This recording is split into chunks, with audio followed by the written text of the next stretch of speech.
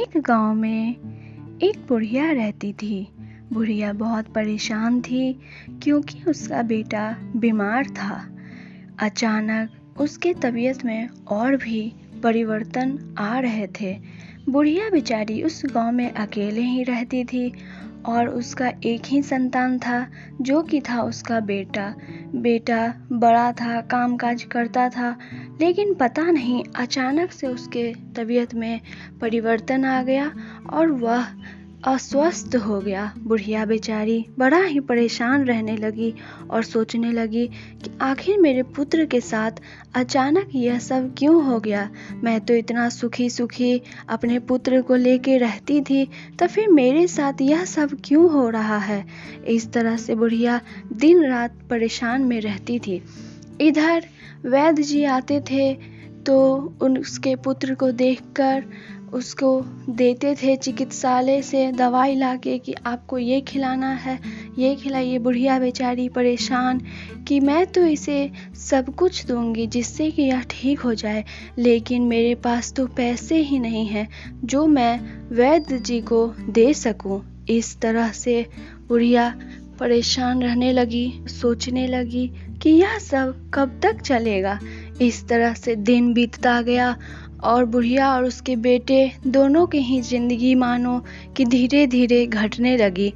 तभी एक दिन बुढ़िया अपने घर से कहीं जा रही थी और मन ही मन बड़बड़ा रही थी कि हे ईश्वर, मुझसे क्या पाप हो गया है जो मेरे बेटा को आप इतना तकलीफ दे रहे हैं।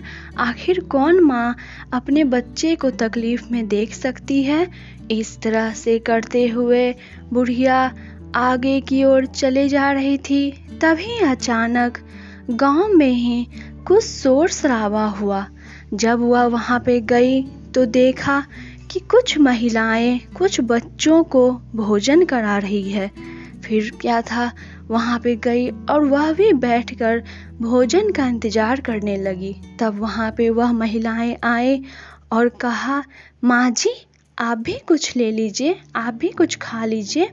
लेकिन बुढ़िया ने कहा, बेटी मुझे ना तो कुछ खाना है और ना ही कुछ तुम लोग को देना है। मैं तो यहाँ पे अपने पुत्र के लिए कुछ खाने के लिए लेने के लिए आई हूँ। तुम मुझे थोड़ा सा कुछ खाने को दे दो जिससे कि मैं अपने बीमार पुत्र को दे दूंगी और वह खा भी लेगा। इस तरह से महिलाएं उन्हें कुछ सामानें दी और कुछ भोजन के खाने के लिए दिया। इस तरह से बुढ़िया वहां से उठी और घर की ओर आ गई। तभी बुढ़िया अपने पुत्र के पास गई और उसे वह प्रसादी खाने को दिया। जैसे ही उसके पुत्र ने वह प्रसादी खाया, अचानक ही उसके स्वास्थ्य में परिवर्तन आने लगा और वह ठीक होने लगा।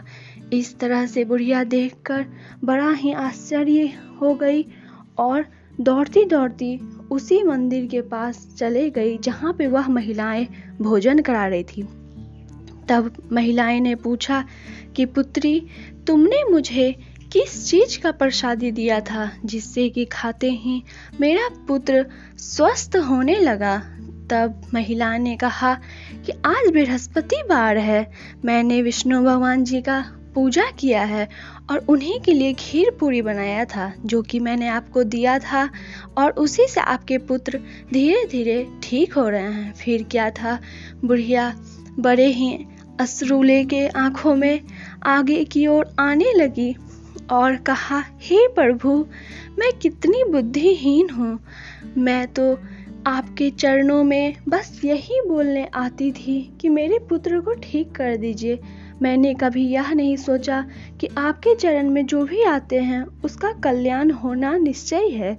इस तरह से बुढ़िया अपने ही घर के पास केला के पेड़ में रोज बृहस्पतिवार को पूजा करने लगी। अब बुढ़िया समझ गई थी कि उसे वह उपाय मिल गया है जिससे वह अपने पुत्र को स्वस्थ कर सकेगी। फिर क्या था, हर बृहस्पति भगवान जी को हर बृहस्पति के दिन उन्हें अच्छे से टीका, फल, फूल और खाने के लिए पूरी और हलवा चढ़ाती थी। इस तरह से वह चढ़ाकर अपने बेटा को प्रसादी के रूप में देकर उनका बेटा खाने लगा। धीरे धीरे उसका स्वास्थ्य ठीक होने लगा।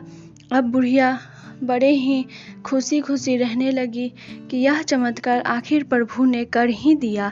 इस तरह से वह हर बृहस्पतिवार को अपने पुत्र को प्रसादी देने लगी।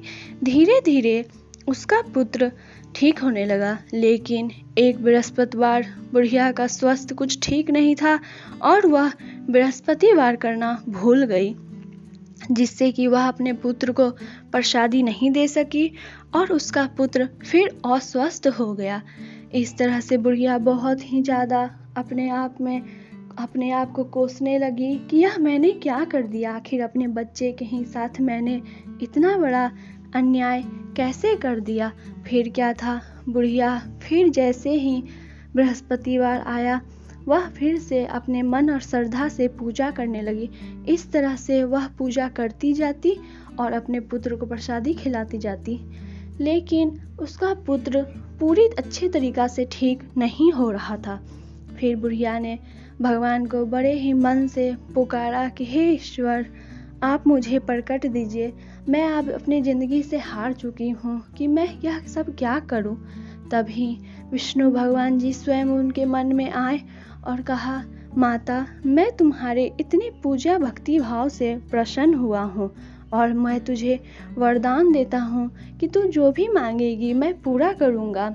इस तरह से बुढ़िया ने कहा, मेरे पुत्र का स्वास्थ्य पहले बहुत खराब था, लेकिन आपकी कृपा से वह धीरे धीरे ठीक होने लगा है, लेकिन मैं चाहती हूँ कि वह एक ही बार में पूरे अच्छे तरीक़ा से ठीक हो जाए और हमारे जितने भी दुख हैं सब सुख में बदल जाए। फिर क्या था, विष्णु भगवान जी ने बुढ़िया को तथास्तु कहा और वहाँ से चले गए। जब बुढ़िया अपने घर की ओर गई तो देखा कि उसके पुत्र का तबीयत ठीक हो चुका था। अब उसके पुत्र के शरीर में किसी भी तरह का रोग नहीं था और उसके घर में भी खाने पीने को सामान भर गए थे। इस तरह से बुढ़िया बहुत खुश हुई और कहा, विष्णु भगवान की जय।